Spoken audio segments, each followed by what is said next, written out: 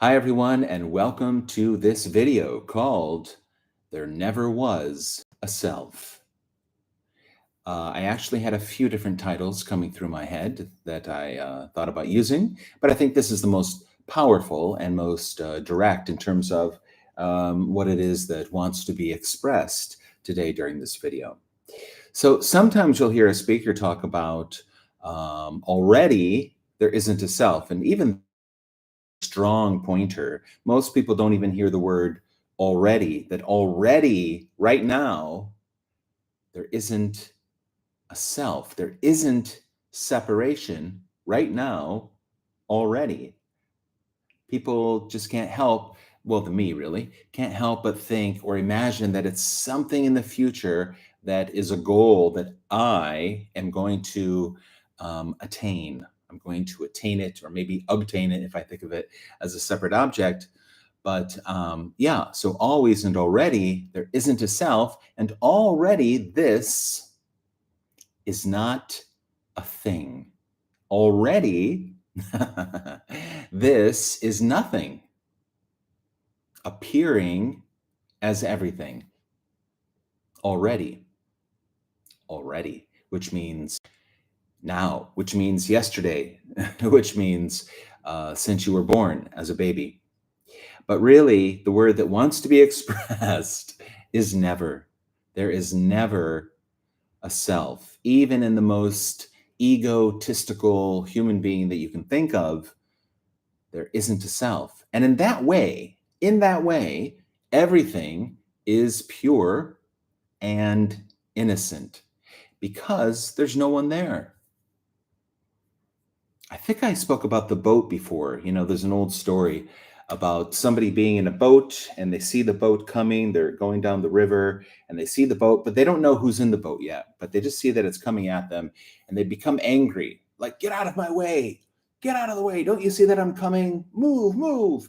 And as they pass the boat, they look inside the boat and they see, oh, there's no one in the boat. The boat is empty. And just seeing that, the anger naturally dissolves, disappears, it goes away. Because now it doesn't make sense to be yelling at someone when there isn't anyone there. Now, there could still be a little bit of anger just at the situation itself. Maybe it's a brand new boat, and the boat comes and hits your boat, and it scratches your brand new, pristine, beautiful boat, and there's just anger that you didn't want to have happen. So that's understandable. But the story is pointing to the fact that there isn't anyone. Hello? My dog and cat. There isn't anyone driving the boat. There isn't anyone driving the bus. There's no one in the passenger seat. There's no one in the back seat. And there isn't even a bus. There's no bus because this isn't going anywhere. There's no movement. Movement, the hand is moving. Poo-cha-poo. Hi. But this, because this is everything. This is wholeness already. This is the ocean of being. The ocean can't go anywhere. It can move. The waves can appear to move and be, it can be calm or it can be stormy and wavy, or I can't think of the word right now, but it's always the ocean. The ocean itself isn't going anywhere, right? So this also, because it's everything, and there's no time, and there's no space, there's no distance, there's no thing, there's no movement. This is silence speaking. This is stillness appearing to move. But that is Maya, or the illusion. I stands for illusion. I believe I'm a separate person. I feel like a contracted energy, and that I is the illusion. When the I, again, it's kind of like a wave, right? You have the ocean, all is one, and then the wave appears to happen. It appears to rise. It appears to be separate from the ocean. It might feel It might feel separate. Oh, now I'm separate from the ocean. I'm a wave. I'm a wave. And then it crashes right back to the ocean. It never left the ocean. It never wasn't what it was, which is water. It was always water. It was always the ocean. So, in that sense, in a very real way, this God is what is. God is what is.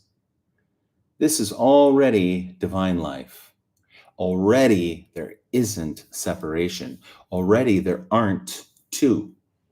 There isn't even one as a thing. Like this is oneness. Because even that would imply that there's still two, actually. It's maybe a softened two.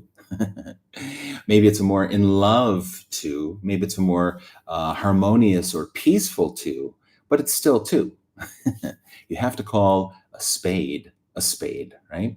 So non-duality, non-separation is really the exposure that there isn't a self, that there isn't anything really happening, actually. This is nothing appearing to happen. It's only an appearance. And there's no one separate from the appearance, inside the appearance or outside of the appearance, who is separate and aware of the appearance. No, there's just what's happening. All there is what is apparently happening, because again, there's nothing happening. Now, for anyone, nobody at the moment, but anyone listening to this video, of course, if you feel like a me, if you feel like a person, if you believe yourself to be a person, if you feel that energetic contraction, you may ask yourself, well, how can this benefit me?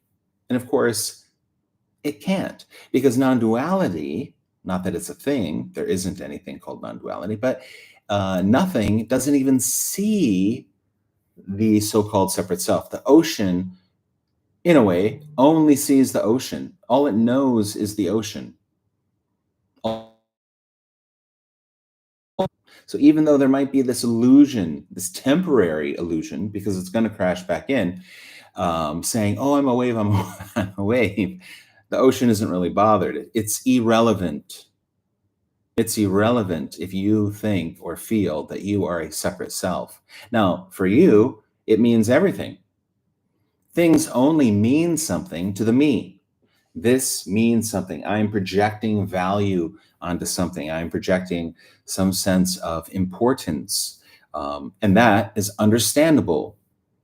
My fur babies, my dog, my cat, they mean a lot to me. My partner, she means a lot to me. My apartment actually means a lot to me, right? My job, my friends, my family, they all mean something important to me because I love them. I am in relationship with them. I am interacting with them. I am living with them, dialoguing with them. I am participating in life with them. We are sharing, in a way, we're sharing a common story. Individually, we are, and you could say the me is a story. There is a story of a me. I was born on a certain date, and I have gone through these experiences using present perfect. I'm an English teacher. I have done this, and I have gone here, and I have experienced that, and I have learned this, and I have read that, and I have seen this teacher, and this has happened to me, and that has happened to me, and all of these experiences that I have apparently been exposed to, they have shaped me, they have conditioned me in a way. Maybe you could say they have created the me, although that happens pretty much by itself, actually. And again, that's the illusion of a me. There isn't really a me. But all of that conditioning, well, even biology and genes, genetics, family, culture, religion, all of the people, your best friends, all of these people who are influencing you and exposing you to different beliefs and ideas and experiences and, everything, the whole gamut. And then now, of course, we have social media and YouTube and Snapchat and Instagram and Facebook. And again, we are exposed to so much content that even 30 years ago, maybe we weren't exposed to, sometimes And it's an interesting time period because I think it started 1992 to 2002. And so that was a very interesting time period. I think in the first couple of seasons, they didn't even have cell phones, and then they had the big phone, and then the flip Nokia, and obviously by 2002, by the millennium, a lot had really changed. In fact, I was with my, I think he was 92 at the time, 92-year-old grandfather. We were watching the ball drop, moving from 1999 to 2000, and I think he had been born in 1910. And I just was like, oh gosh, the things he had seen. Some of them I knew about, some of them I don't even know about, but I can sort of imagine or project onto him. I can assume.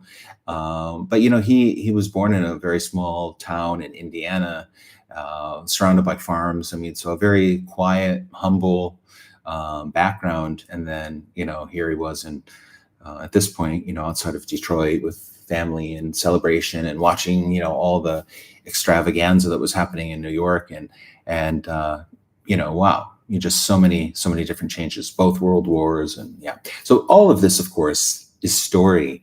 But in the story, the me is shaped and influenced and affected by that which it is exposed to. Now, who can say really why one thing beats out another trait or a characteristic or a behavior pattern? Presently, this body is 54. Funny to say, but this body is 54.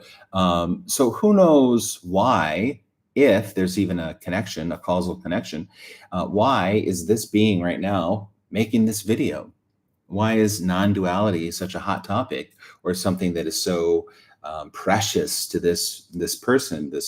Why is there so much passion about it, enjoyment about it? Why is there continual thinking about it and watching videos of other speakers? Why does that happen? Every morning, why does this body get up and do yoga and chant, Hare Krishna and Om Namah Shivaya? Well, I can tell you there's enjoyment, there's pleasure. And that's such a simple thing. We do what we love, if we can. Hopefully we are lucky enough to do the things that we love. Not everybody is. Not all 8 billion people right now have the freedom, the basic freedom, to do the very simplest fact that I can sit here, sip hot tea with my dog and cat in a very comfortable environment. I am grateful. I am grateful. But not everybody has that reality or that experience right now. And that is just what's happening. We could judge that. We could tell a story about it. We could say this is right and this is wrong, and this should be better and this should be less, and less violence, more peace, more love, less division. We could say all that. Many people do. Many people are working towards that. It's all happening, right? And every human being has a different perspective, a different belief system, a different idea of what should be happening. And that's what's happening. All there is what's happening. A friend of mine today, we were speaking and talking about, how small really our little circle is. She and I basically are both teachers, and, we have students, we have colleagues, obviously. We have managers and, friends and family, whatever, that live within our city, but we're just really interacting with a small amount of people on an everyday basis. There's in terms of face-to-face contact or real exchange, real discussions or dialogues. It's a very small circle, and that's okay. Actually, that's totally fine. That's just how it is. Some people, obviously celebrities and other people, influencers, I guess, or other people who are well known for what they do, they have a wider circle and wider influence because of that. And that's also a lot of responsibility for the me, possibly. Maybe some people don't consider that, but yeah, but most of us, basically, we have a very small circle. And if we want to influence them, well, we also have to remember that they may be wanting to influence us. And so there's, I'm not saying it has to be like wrestling or grappling or conflict or anything like that, although it could be. But again, there's the small circle and the sort of the interactions. Sorry about that. I'm not sure who that's texting, but that small action and people that we're exposed to, basically. But again, the beauty of the internet is that we can be exposed to great masters or very good teachers, or basically at this point, especially with the advent of AI, we can basically get a hold of any information we want, literally. I mean, so just go to ChatGPT or Google or Gemini or DeepSeek or whatever they are, and they're all just waiting to serve you, and that's very tempting. And not to make it sound like it's a bad thing by using the word temptation, but it's so accessible that it's kind of like, why wouldn't you? I think was it Einstein had a IQ of 165, and I think AI right now is right around there. And it's probably even higher now. But so it's like having a friend who's Einstein. Hey Einstein, what is this, and why is this happening, and tell me about that. And so it's a very, very, very intelligent tutor, very intelligent friend, very intelligent mentor that we have with us literally in the palm of our hand. It's very powerful. So there's a saying the Chinese have: "May you live in interesting times." And some people think it's a blessing. Other people say it's a curse, right? And really you can look at what's happening nowadays, this reality, this present reality that we're all sharing, co-creating, if you even want to say that. It's interesting, all right. A lot of pain, a lot of pleasure, a lot of pros and cons. It's duality. It's always going to be that dance. And who knows what's going to happen in the apparent future to this apparent planet and this apparent humanity. We don't know. My mouth is dry, so the reaction is drink some tea.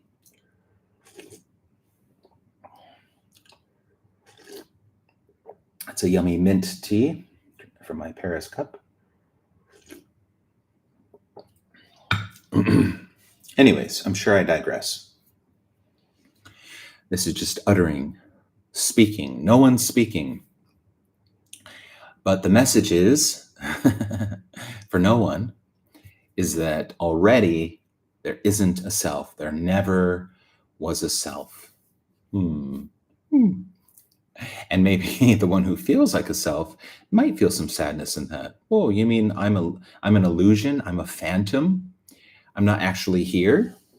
Do I find myself? Can I see myself? If Adyashanti talks about the U-turn, if I come back and look at myself, do I find someone? Self-inquiry, Ramana Maharshi, same thing. Who am I? Who is this I thought?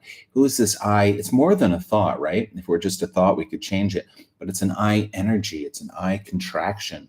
It's an I and other separation, a feeling, a sense of separation. And so apparently I can look into I. Apparently this can look into this and see if anything can be found. And ultimately, or even right now, what is being said or exposed by Advaita Vedanta, not by me, not about me, by Advaita Vedanta, is that this is an exposure that there already isn't a self, that there never was a self. Never a self. Does a tree or a plant or a flower, does it have a self? Now, there might be that feeling of sentience, aliveness, energy, prana, something vital, chi, right? Love. You might feel that, you might sense that, and that's beautiful. That's very beautiful. Okay, sure, why not? Anything is possible. But just because the energy is there, what is being said is that everything is energy. All there is divine energy. I do like the word divine. All there is the beloved. I like to romanticize it a bit. I'm a poet and I didn't know it.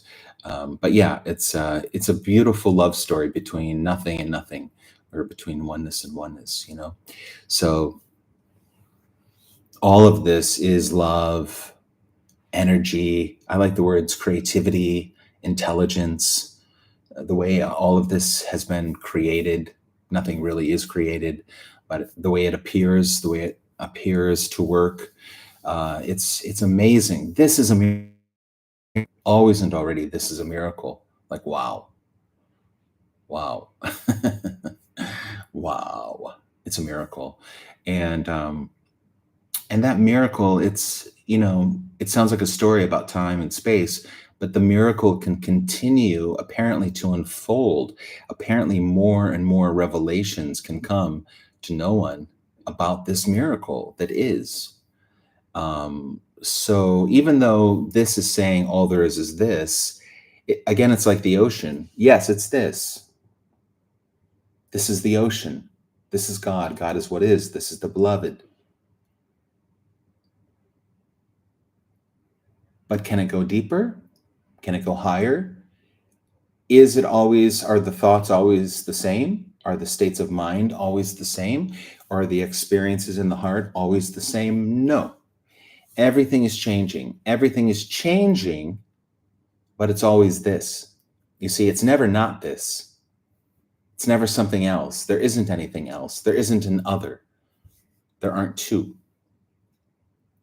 So it's always this. But perhaps it's, excuse me, about the biology of the body. This is sort of like a laboratory, right? Every morning, I think I mentioned earlier when I'm doing yoga, but especially when I'm chanting, as soon as I start singing, I start playing the harmonium, just I just feel this expanse. I feel this energy. It feels like it's dripping into my body. And it's beautiful. It's wonderful. It feels sacred. It does feel meaningful. It feels rich. It feels full. And it increases. And someday, and like every day it's good, but some days it just gets so good. And it just feels like there's so much flow and divine creativity, if you will. And yeah, and anything can happen, I mean, miracles could happen, city powers could happen. Even I was mentioning something to a friend today, and maybe it appeared that maybe I had tuned into something that she had said yesterday or 2 days ago, and that came out during our walk today. So, it's kind of interesting, right? The way things happen. Again, because there's no separation, everything is one. It's a very easy thing actually to have happen, because it's just like one ocean sharing the same water. So yeah, so anything can happen, and it's nice, of course, if things feel harmonious, or if there's a lot of synchronicity or serendipity, or magic in a way. You feel like everything's interconnected. It's like Siri. Everything, your phone is listening, God is listening, and not only is it listening, but it's responding. Apparently, it's responding to me, right? To you. So this can appear to happen. Anything can appear to happen. This is everything. This is not the denial of anything. It's not saying that this is good or everything is good, because it's not saying that anything really has a value or a judgment upon it, because who would be judging? All judgment in that sense would be dualistic, although judgment is this. In reality, everything is this, even judgment. But usually judgment is something that's happening between an I and an other. I think that you shouldn't do this, basically. That's what judgment's about, right? You shouldn't say that. You shouldn't wear those clothes. You shouldn't believe this. You should believe that. You shouldn't do these actions. You should do those actions. So, or there's, of course, the judgment of like, I don't like your face or whatever it is. I don't like your house. There's that kind of judgment as well. Preference, which is about preference. But the other kind of judgment is could be moralistic, could be religious, even spiritual. Spiritual teachers will say, you shouldn't do that. You shouldn't eat meat. Everyone should be vegetarian, things like that. So all of these shoulds are basically trying to say that reality should be one way. It should be something other than what is. But non-duality is really saying all there is what is, and what is it. This is this. God is what is. Eating meat, eating vegetables, it doesn't matter. It's all this. For the me wants to have a better experience. Understandable. The me wants to improve. It wants to change reality. It wants to make this as good as it can get. I want more pleasure and less pain. More, less, more, less. Me. I want all the positive experiences. More money, more spiritual experiences, more enlightenment, more city powers, whatever it is, more fun, more days off, less work, whatever it is, more cake. Ooh, try milk. Anyways, you could just go on and on talking about this because it's everything. Maybe it'd be a good time to stop. Oh, yeah, just for fun, I asked ChatGPT for some quotes. So these are from Ramana Maharshi and Nisargadatta, Adi Shankara, and Tony Parsons. And I'm purposely not going to say who they're from, but I just told you who they're from. But anyways, there is no greater mystery than this. Being reality ourselves, we seek to gain reality. We are already what is, and yet, for some reason, we are seeking what is. We are water seeking water. Yeah. The self is like a pearl. To find it, you must dive deep down into silence. And I think, okay, that's Ramana Maharshi, I guess. I think emphasis here again is that the mind, the monkey mind, tends to be really full of thoughts and distractions, and it's very active. And so spirituality is about moving from the mind of all that chitter chatter and monkey mind into the heart of love and oneness, and really the heart of the moment. Right now, here and now, what is happening? Because what is happening is all that is happening. What is happening, again, you could say God is what is. God is what is happening. This is the life, divine life. There is no need to do anything. Be still and know that you are the absolute. So it's already finished. There never was a self. I can stop. No need to seek. This, everything is already the Buddha, the Brahman, God, this. Now can I relax and melt into this?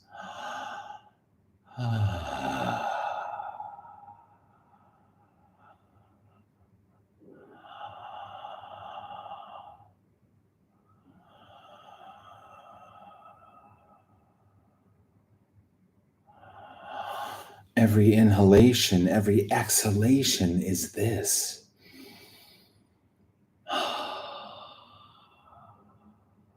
It's right here.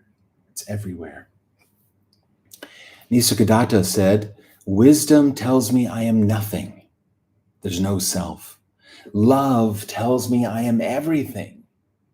And between these two, my life flows. So sometimes there might be the realization, oh, there's no self. I'm nothing. I'm not here. I'm not the conceptual abstract self. I'm not the energetic contraction. I'm not the person. And other times it might be I love everyone. I love everything. I feel one with all of nature, all plants and animals and human beings and the universe and the stars. It's all me. It's all God, and I am God, and we are God, and this is beautiful, and it's all connected and interconnected. It's all the divine ocean of love. Ah, what a love affair. It's the beloved. It's the beloved. Adi Shankara. So you are not in the world is in you. But what is the you that he is referring to? Not the physical you, although you could say it's also happening in the brain in that sense, but it's Adyashanti says, awareness is the context and consciousness is the content. So the world is consciousness. It's the content. It's everything that's changing internally inside the body and externally outside of the body. So it's all the thoughts, states of mind, desires, fears, preferences, words, actions, sensations in the body, all five senses. It's all of that, and it's everything in my environment, right? But all of that is being perceived by the ultimate perceiver, by awareness, which awareness without a self. It's empty awareness, empty universal awareness. Everything is just floating in that awareness. It's this, the world is floating in what I truly am, this absolute supreme reality. So the real does not die because the real was never even born. It's beyond, you could say, birth and death. The unreal never lived. I is the illusion. It never was real. It never actually lived as a thing. It was never a thing. That is the illusion. The phantom self, the feeling of contraction, the feeling of I am here and you are there, subject, object, we are two. That's the illusion.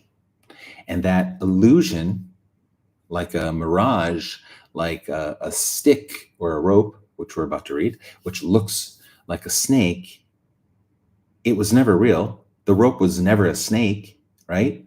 You didn't have to change the rope or turn it into a snake or transform it or do any spiritual practices. It was always a rope. There was just misidentification or a mistaking of or just that lived reality, which is kind of funny to say, but the lived reality of the separate self. When you feel like a separate self, it really feels real, right? I mean, I'm in the body and this is me and all of these things have happened to me and not to you, and there's difference and there is variety and difference, of course. Not every human body is living the same experience. But anyways, okay.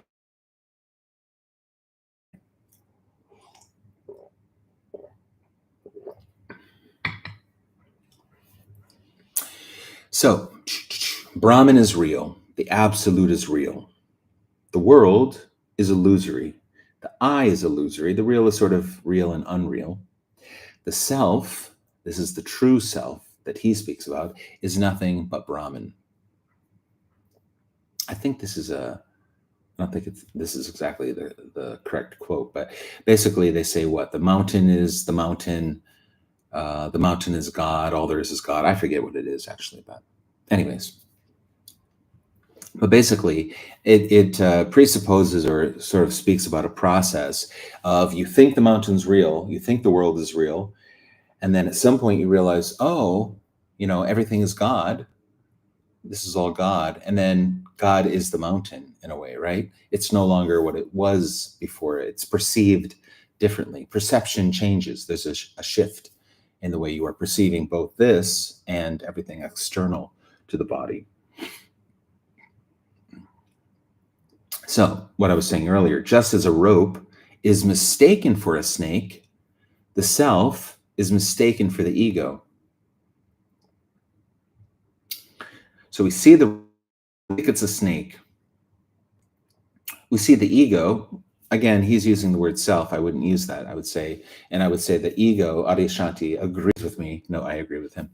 That ego is a little bit different than self. Anyways, there's ego and personality and all of this that Jung spoke about, Carl Jung. But we're talking about the essential separation, the feeling of being a separate self. I like this story. I'm sort of jumping around here. Sorry about that. But I spoke it a couple of videos ago that basically we're in a dark room and let's say we think there's a self, right? I am a self.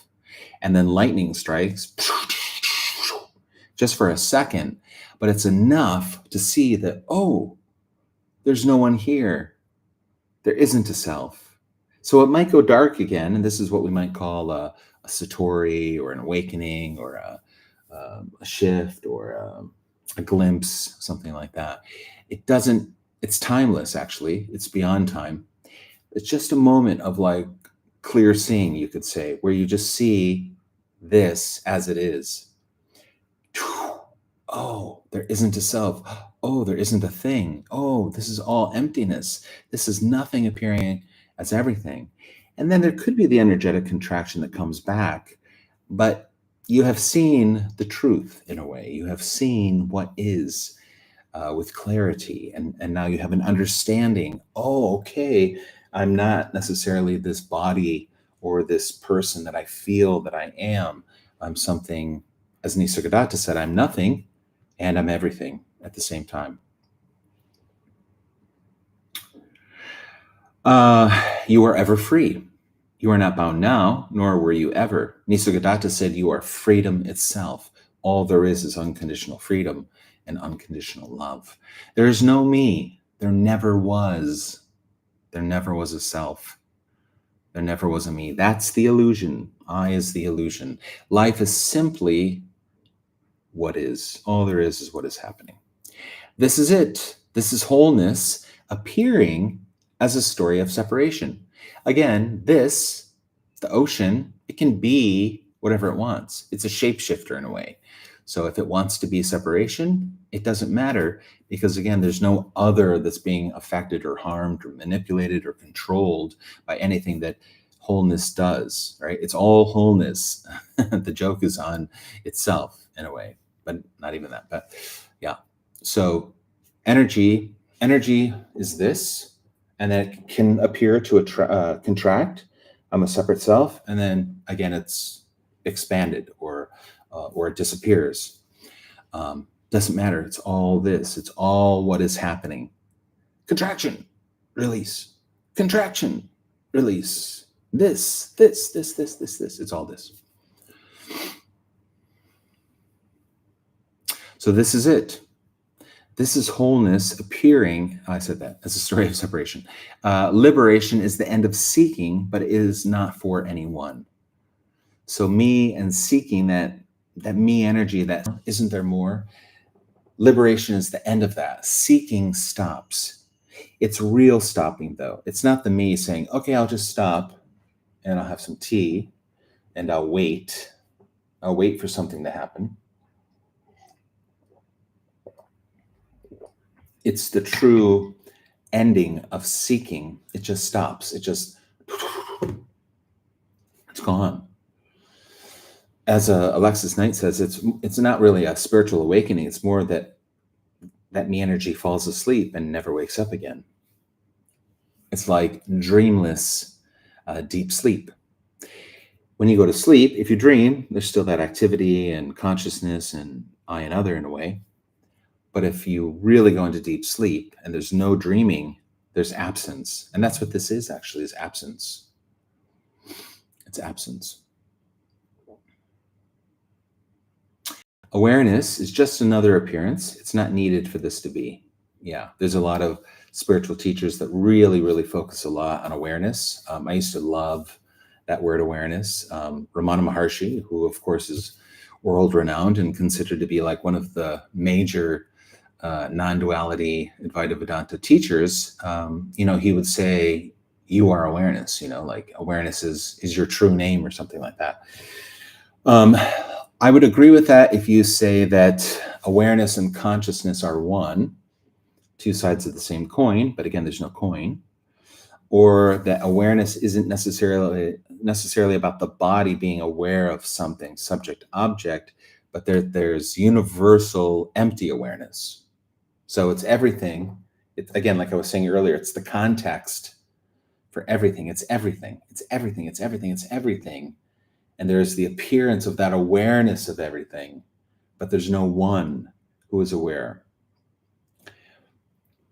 I was thinking earlier while doing the dishes that, it's been said that some people have near-death experiences, or maybe even during operations and things like that, that something leaves the body and looks down on the body and looks at the doctors and nurses, and it can hear the conversations happening, but it's not in the body. It can tell people, oh, you were wearing a red shirt and you dropped the scalpel.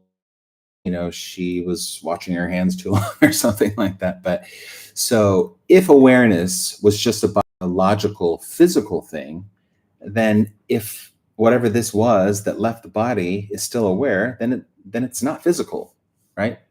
That's what that story is basically pointing to. The fact that awareness, again, is it a spirit? Is it a soul? What is it? I'm not sure if you'll get this, but it could just be what's happening. Because again, if everything is this, everything's the ocean, the story would be that, oh, I left my body and I was aware of something, but that's a story of separation, right? So if there's not two, do you hear that? Do you hear that? Yeah.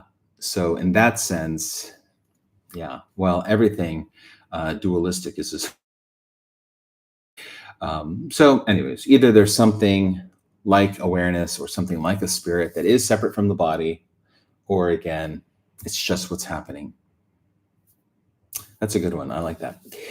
No one wakes up because already there's no one. There's just the apparent dissolution of someone who was never real. There never was a self.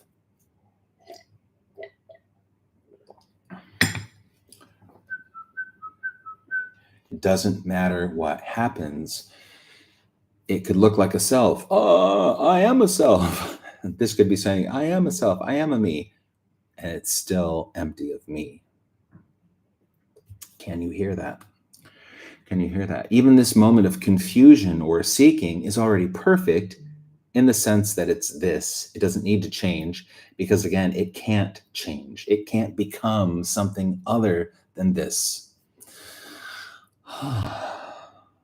Can you feel the effortlessness of this Advaita Vedanta message? Not my message. It's not mine. But of Advaita Vedanta, this is everything. Oh, I can sit on the couch and drink a beer and watch TV. Actually, yeah. But you aren't making that decision. There's no you. There's no chooser and there's no choice. There's only what is appearing to happen. So who knows? I'm sure we could find a few people who are literally living that life of just sitting on the sofa, cracking open a cold one and, watching the boob tube, as we used to call it. I'm sure that's happening. And that's what is. Is it perfect? I mean, perfect sounds like a judgment, right? This is all perfect. This is great. This is wonderful. This is exactly how it should be. Really? War, genocide, cancer, suffering, torture, that's perfect? It's not perfect in that way. It's perfect in the sense that it's this. And in that sense, everything is the perfection of what is. Maybe it's just not a good word to use, actually. It's misleading, probably. Yeah. It's everything. Maybe that's a better way of just saying it. It's pain and a similar quote in a way is the truth is always beautiful, even if it's ugly, because it's the truth, right? So even really hard things to hear, I can't even say it, but the death of a loved one, basically. But you can be in denial of that, or you can be crucified by the truth. Your child or somebody has died. It crushes you. It opens your heart. It rips your heart open. So much pain, but there's something maybe not beautiful, but there's the truth there. It's what is. It's what's happening. It's that vibrancy of life. It's that divine presence. And if you can always find that divine spark, then everything that's challenging and difficult will still perhaps be accepted, or maybe you'll be able to deal with things a little bit better, knowing that it's just divine life. I don't know. Maybe it's impossible. From the standpoint of the me, suffering and all the pain that can happen, it's impossible to bear. It's true. But okay, we're almost done. There is variety and difference, but no separation. There is variety. There's boy and girl and man and woman and tall and short and fat and thin. My country, my religion, your religion, different trees, different plants, different species, different fauna and flowers and, and all that, but it's all one.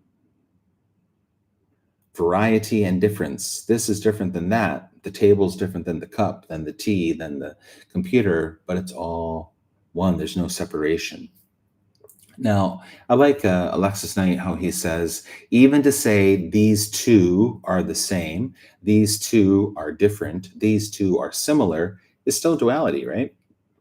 It's still giving weight or reality to things, that there are even two things.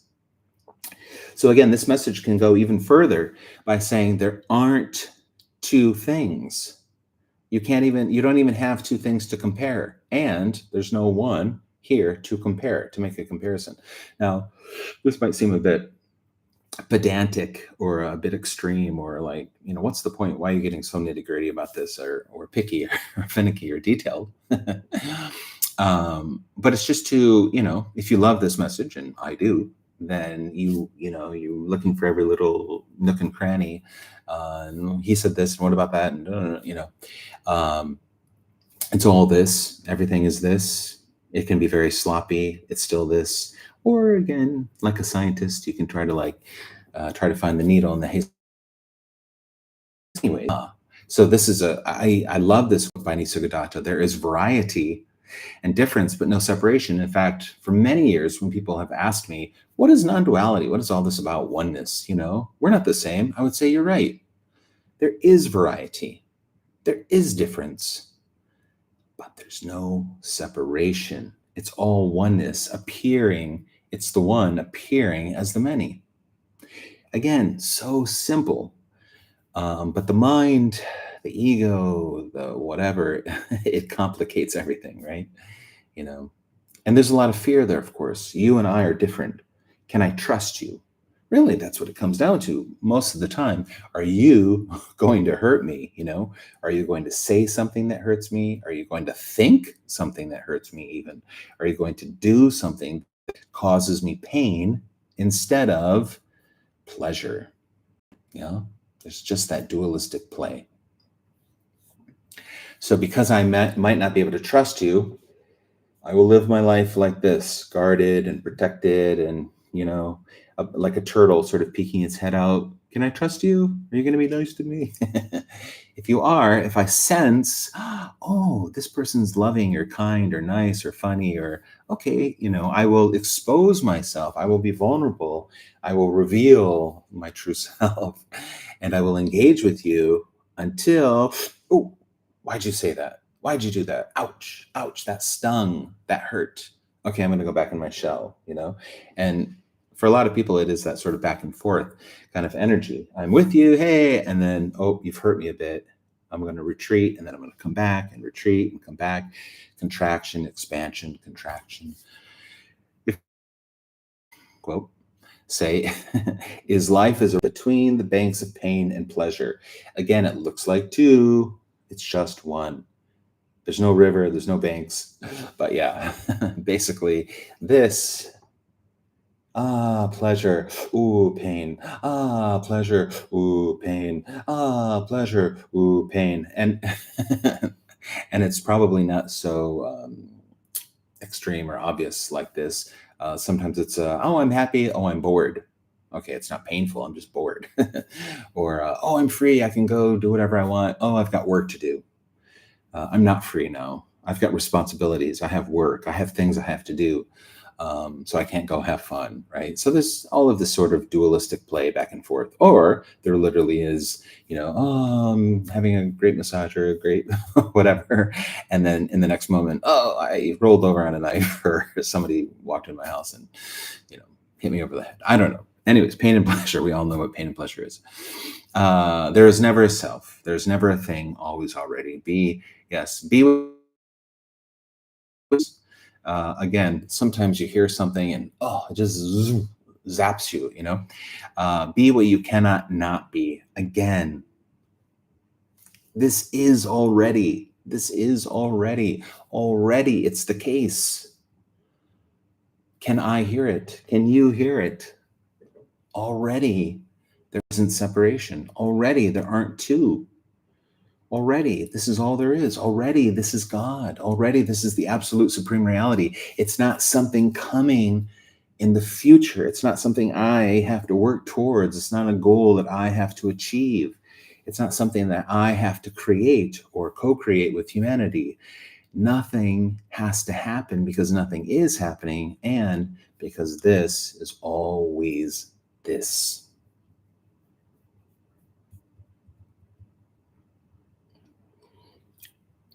So this is about to end. Some of you might be saying, yes, great, wonderful. This video will end. And then, you will do whatever you do. And that is this. You will make yourself a cup of tea, or you will watch another video, or you will go for a walk, or go for a swim, or read a book, or fall asleep, or whatever it is. It's all this. And whether or not you feel like a self, whether or not you believe that you are a self, whether or not you sense that you are separate from everything, and whether or not you sense this contracted energy, the truth, I know this is sort of you have to be careful saying this is the truth, but it could be, you might see, this is an exposure, this message, that the truth is that there isn't a self. Now, again, this would never really, like if I were talking to a human being at work or something, I probably wouldn't talk about this at all, to be honest. If it did come up, maybe I'd ask sort of little fun questions, but it's not something that you would want to debate or have conflict about or argue about, or it can't be proven really, right? I mean, how are you going to prove that there isn't a self? Like rip open the person's head and look inside and say, oh yeah, I don't see a self. See, there's no self in here. Or there is. Oh, there is a little self. It's unprovable. So unprovable. Yeah, it's like, it doesn't matter. It doesn't matter what people believe. If they believe there's a self or not. If they're devout Christians, great, that's what is. If they're priests and nuns and Buddhists and monks, great, that's what is. It's already the case. It's always this, So relax, have some tea. And really, there's no chooser and no choice. So that body is going to do whatever it does. It might look like a process of deliberation and wondering and grappling and should I do this or should I do that? That might appear to happen. That's all this. It's just the story. It's just the movie. Yeah. Yeah, I was listening to Richard Sylvester earlier today, and somebody was asking him, like, physically, what does separation feel like? And I think he was quoting Tony, who has said, you can only really talk about it after the death. Basically, he said it's like taking off a tight shoe. You don't know it's even on, maybe until it or not. But if you're wearing tight corset, and then it comes off, oh, I can breathe, right? I think I heard somebody else, what was his name? Anyways, doesn't matter, but somebody else speaking about it as like a knapsack or a backpack or something, right? So your whole life, imagine your whole life, you're walking around and you've got this really heavy knapsack, right? And work, and I don't know, you're making the bed and making breakfast and going to work and raising your kids and all this stuff. And then one day, for no reason at all, apparently, this backpack falls off of you.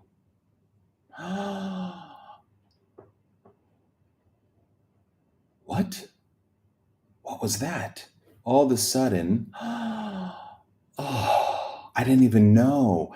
I didn't even know. I didn't know that I was even wearing a backpack that was full of rocks or something. And then it falls off. Maybe the handles, after 50 years of of being worn. Maybe they just crumble and dissolve and the backpack falls off. Oh my gosh, there isn't a self. There isn't a self. Oh. Now, in this story, which is a story, there wouldn't be someone here to even know that there isn't a self now because there's no more self. But again, I don't really know because there still isn't me here. But apparently, when this happens, it was seen that it was never happening in the first place. When the self dies, when the self disappears, when that energetic contraction releases, apparently, that's a story, it is seen by no one that the self was never there. I is illusion. The rope was never a snake, people. The mirage was never really water. It was always the desert. So this is always what is. This is this. All there is what is, and what is also what is not, because it's nothing appearing as everything. Yeah. So I don't know this. I literally don't know it. I don't know it yet, but I've been very passionate about this message of Advaita Vedanta for probably 30 years now, and to me it makes sense. To me it resonates with me. To me it's sort of answers all the questions. For me it's like, yes, of course, yes. And so I'm passionate about it. I love it, and I like sharing it. So yeah, but that's a story. The truth is that there's no one here and there's no one there. Nothing is happening, and this is just all an appearance, and it's happening for no reason, no purpose, no why. It's just appearing. All right. Well, look at that. Almost 1 hour talking about nothing. It's like a Jerry Seinfeld show. A show about nothing. I am sort of OCD about that. Like, let's see if I can keep talking until we have an hour. But anything else to be said? Did I go through all of these quotes here?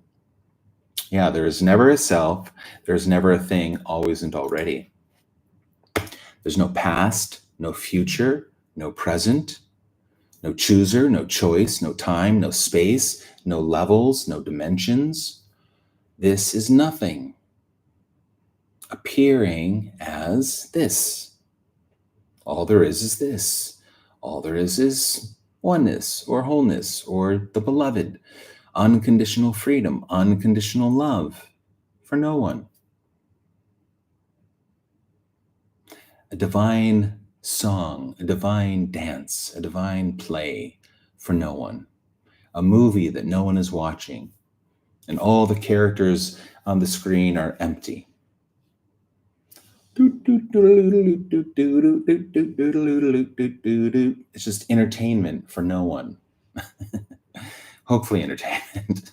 Hopefully it's not too boring or too whatever. But it's all this. It's just this. So, all right. I'll have one more sip of tea with a very profound look.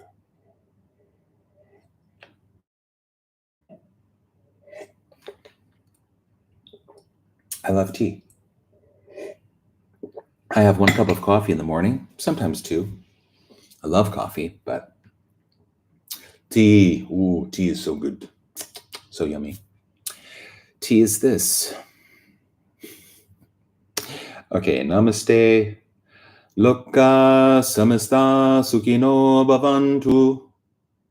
May all beings be free of suffering. May all beings be at peace. It's a story, but I pray for the world. I pray for no more violence and lots of peace and love and fellowship and community and giving and sharing and compassion and empathy. Whew. This. You. I feel like Robert De Niro. You. This. All there is this. Just this. Have a good day. Thank you for watching. I guess. I don't know if it benefited me, but... And that's that. End stream. Here we go. Bye.